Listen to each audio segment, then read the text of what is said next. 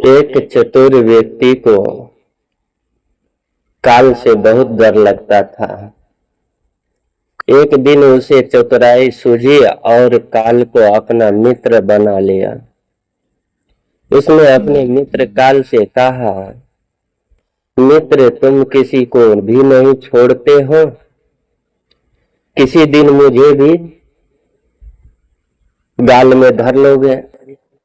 काल ने कहा, ये मृत्यु लोक है, जो आया है उसे मरना ही है। सृष्टि का यह शाश्वत नियम है, इसलिए मैं मजबूर हूं, पर तुम मित्र हो इसलिए मैं जितनी सियासत कर सकता हूं करूंगा ही। मुझसे क्या आशा रखते हो, साफ साफ कहो। व्यक्ति ने कहा, मित्र, मैं इतना ही चाहता हूं कि आप मुझे अपने लोक ले जाने के लिए आने से कुछ दिन पहले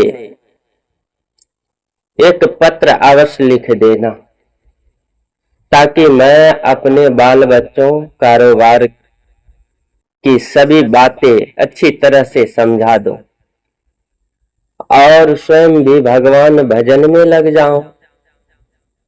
काल ने प्रेम से कहा, यह कौन सी बड़ी बात है मित्र, मैं एक नहीं आपको 4 पत्र भेजूंगा।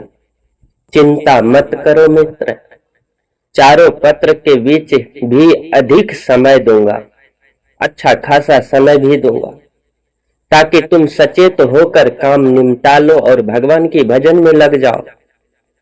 मनुष्य बड़ा प्रसन्न हुआ, सोचने लगा कि आज से मेरे मन से काल का भय भी निकल गया। मैं जाने से पूर्व अपने सभी कार्य पूर्ण करके जाऊंगा, ताकि देवता भी मेरा स्वागत करेंगे। दिन बीतते गया, आखिर मृत्यु की घड़ी आ गई।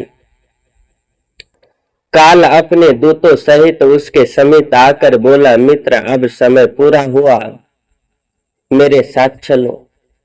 मैं सत्यता के और दृढ़ता पूर्ण अपने स्वामी की आज्ञा का पालन करते हुए एक क्षण भी तुम्हें यहाँ नहीं छोड़ूंगा। मनुष्य के माथे बल चढ़ गए, भुक्ति तन गई, टेंशन आ गए, लगने लगा धिक्कार है तुम्हारे जैसे मित्रों पर। मेरे साथ विश्वासघात करते हुए तुम लज्जा नहीं आती तुम्हें? तुमने मुझे वचन दिया था कि लेने आने से पहले पत्र लिखूंगा। मुझे बड़ा दुख है कि तुम बिना किसी सूचना के अचानक दूतों सहित मेरे ऊपर चढ़ आए। मित्रता तो दूर रही, तुमने अपने वचनों को भी नहीं निभाया। काल हंसा और बोला, मित्र, इतना झूठ तो नहीं बोलो। मेरे सामने ही मुझे ही झूठा सिद्ध कर रहे हो। मैं आपको एक नहीं 4 पत्र भेजे, आपने एक भी पत्र का उत्तर नहीं दिया। मनुष्य ने चौंक कर पूछा, कौन से पत्र? कोई प्रमाण है तुम्हारे पास? मुझे पत्र प्राप्त होने की कोई डाक रसीद आपके पास है तो दिखाओ। काल ने कहा, मित्र, घबराओ नहीं, मेरे 4 पत्र इस समय आपके पास मौजूद है। मेरा पहला पत्र आपके सिर पर चढ़कर बोला और बोलता है, आपके काले सुंदर बालों को पकड़कर उन्हें सफेद कर दिया और यह भी कहा कि सावधान हो जाओ, जो करना है कर लो। पहला पत्र तो हमारा यह रहा कि आपका सर के बाल सफेद हो गया। नाम बढ़ाई और धन संग्रह के झंझटों को छोड़कर भजन में लग जाओ। पर मेरे पत्र का आपके ऊपर जरा सा भी असर नहीं हुआ। बनावटी रंग लगाकर आपने अपने बालों को सिर फिर से काला कर लिया और पुनः जवान बनने के सपनों में खो गए। आज तक मेरे श्वेत अक्षर आपके सिर पर लिखे हुए हैं। कुछ दिन बाद मैंने दूसरा पत्र आपके नेत्रों के प्रति भेजा। नेत्रों की ज्योति मंद होने लगी, फिर भी आंखों पर मोटे शीशे चढ़ाकर आप जगत को देखने को प्रयत्न करने लगा। 2 मिनट भी संसार की ओर से आंखें बंद करके ज्योति स्वरूप प्रभु का ध्यान में नहीं किया, भजन नहीं किया, चिंतन मनन नहीं किया, इतने पर भी सावधान नहीं हुए तो मुझे आपकी दीन दशा पर बहुत तरस आया और मित्रता के नाते मैं तीसरा पत्र भी भेजा। इस पत्र में आपके दांतों को छुआ, हिलाया और तोड़ दिया। आपने इस पत्र का भी जवाब नहीं दिया, बल्कि नकली दांत लगवाए और जबरदस्ती संसार के भौतिक पदार्थों का स्वाद लेने में लीन रहे। मुझे बहुत दुख हुआ कि मैं सदा इसके भले के ही सोचता हूँ और यह हर बात एक नया बनावटी रास्ता अपनाने को तैयार रहता है। अपने अंतिम पत्र के रूप में मैंने रोग, क्लेश तथा पीड़ाओं को भेजा, परंतु आपने अहंकार व सब अनसुना कर दिया। जब मनुष्य ने काल के भेजे हुए पत्रों को समझा तो फूट फूट कर रोने लगा और अपने विपरीत कर्मों पर पश्चाताप करने लगा। उसने स्वीकार किया कि मैंने गलत में शुभ चेतावनी भरे इन पत्रों को नहीं पढ़ा।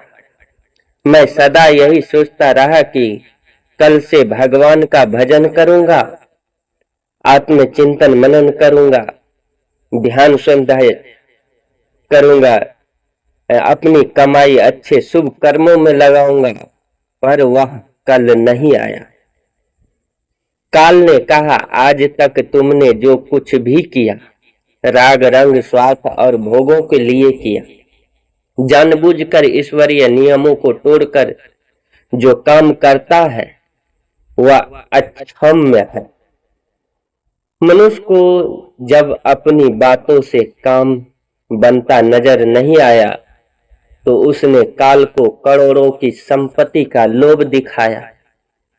काल ने हंसकर कहा, मित्र, यह मेरे लिए धूल से अधिक कुछ भी नहीं।